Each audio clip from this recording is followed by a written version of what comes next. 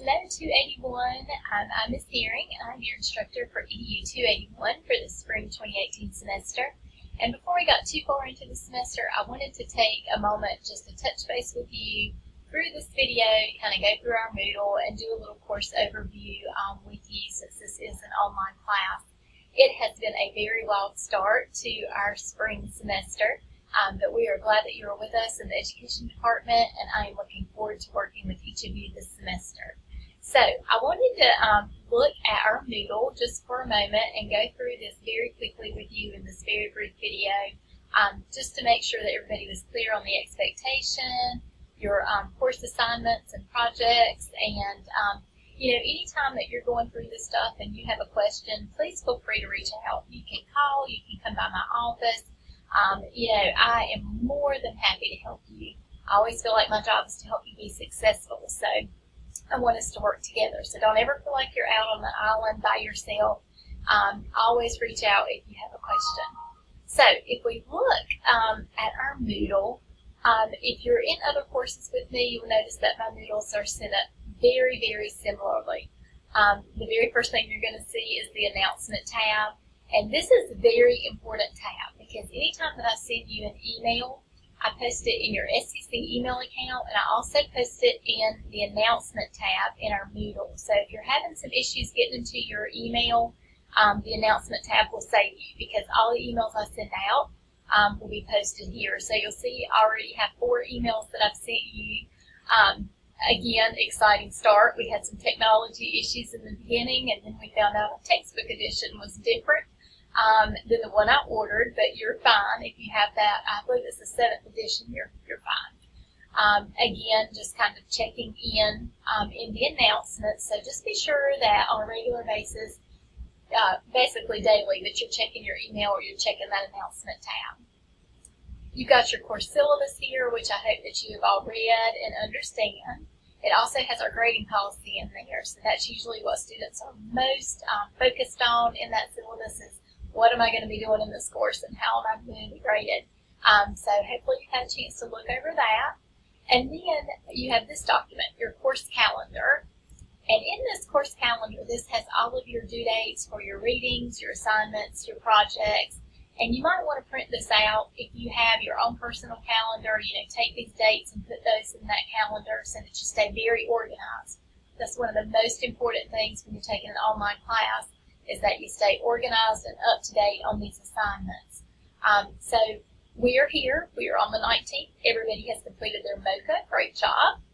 You have a Chapter 1 quiz due tonight by midnight, so you want to make sure you get that done.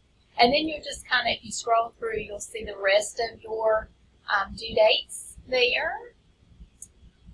And finally, your final exam will be May the 7th at midnight. So definitely print this out. Very, very important document there. And let's see. Okay, if we scroll on down, you have got some required assignments for this course that are actually going to take you out into the public school system. You have an observation project that you have to do. You have some teacher interviews that go along with that observation project. You've got a reading 3D research paper, and then finally a reading lesson plan that you have to complete. To go out into the field, meaning that you have to go out to a public or private accredited school, you're going to need to be approved by that school district. In light of just where we are today in the world, schools no longer let you come in and say, hey, I'm here to observe a student and let you in. They now have procedures and policies that we absolutely must follow in order to get in and observe students, which is a great, great thing. So, Sampson County people, if you are wanting to go to Sampson County schools, this would be like Hopton, Union, Hargrove, Midway. If you're wanting to go to those schools in Sampson County, you are going to need to submit to me a Sampson County volunteer form. And that form is right here. And I need this by Wednesday, this coming Wednesday. So if you click on that Sampson County volunteer form, and let's see, is it going to come up? Here we go. Okay, here we go. You're going to fill this out. You can type it, you can write into it, and just simply scan it and send it to me through email, or you can just drop it off in my office. Either way is completely fine. They are going to need a Social Security number. That's the only way that they can process your background check, so make sure you put that there. Answer all the questions, sign it, get that to me by Wednesday. This is going to be very, very important. I will be sending these Wednesday afternoon over to Ms. Brenda Nordine for her to do the background checks and get those back to us. That takes between 2 and 3 weeks normally, depending on if you're already approved, if they have to do a background check. Ms. Nordine will then reach out to principals and make sure that they are okay with you coming and observing during that time. More information to come on that. I just ask that you do not reach out to any teachers or principals in Sampson County Schools before I give you information about you being approved. They don't like that, so we don't want to do that. We want to definitely follow the proper procedures for Sampson County Schools, and that is getting the Sampson County School Volunteer Form into me. I will get that to the district office. They will then tell us when you are approved, and once you are approved, you'll reach out to the principal. You'll talk with the principal about what you're doing, and then you'll begin your observation.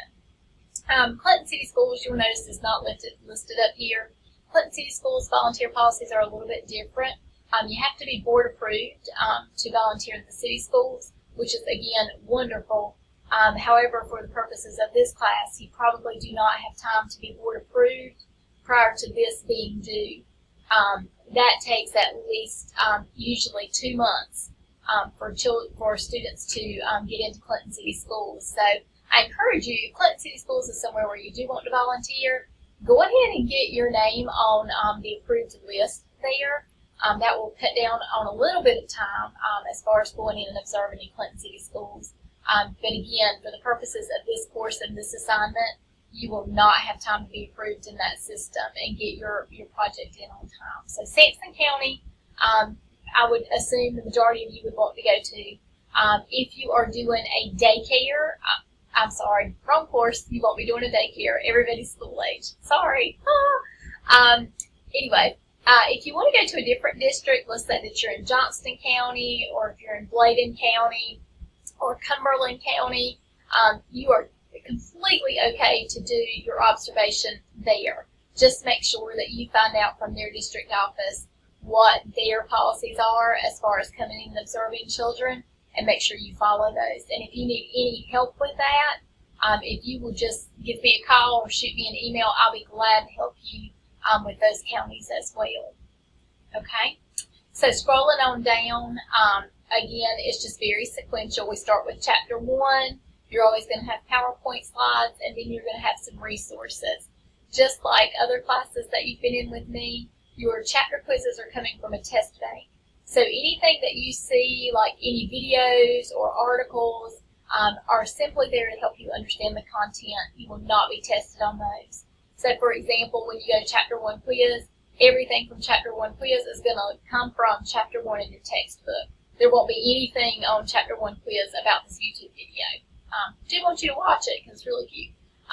But again, those just help you understand the content. They will not be tested. You won't be tested on those. So Chapter 2, Chapter 3, all the way down, and finally to Chapter 12, and then your final exam. You'll notice that all of your quizzes are already open and ready for you to take. Several of you are working ahead, and that is the beauty of an online class. If you want to work ahead, you are more than welcome to do that. The only thing I caution you about is making sure that you have everything done by the due date. That if you want to work ahead, that is perfectly okay. So, with that being said, I hope that this overview kind of helps you just a little bit, kind of wrap your head around where this course is going for this semester. Again, I'm looking forward to working with each of you. Make sure that you reach out to me if you have any questions at all. One additional thing I do want to point out, I already had an email about this, and I'm so glad because this is a question that other students I'm sure have as well. Your chapter quizzes, when you take them, as soon as you click submit, it's going to throw up a score on your computer, and it'll tell you what you made immediately. But you cannot go in and review your quizzes until midnight of the night that they're due. So when we look at Chapter 1 quiz, you'll get your score. The day that that is due at midnight, those tests will open up, and you'll be able to go back in and see what you got correct and see what you missed, and you'll also be able to see the correct answer for that. And that's very helpful because when you get down to your final exam is going to be comprehensive from Chapters 1 through Chapter 12, but it's going to be questions you've already seen. So I do encourage you, each time you take a quiz, when that quiz opens back up, go in and see what you missed and make sure you understand the right answer, because chances are you may see that question again on your final. So that will be very helpful for you. And if you have any questions about that, let me know. Okay, so I think that's about it. Again, I'm looking forward to working with each of you. If you have questions, reach out to me. And I'm excited about spending this semester with you guys. I hope you have a great day.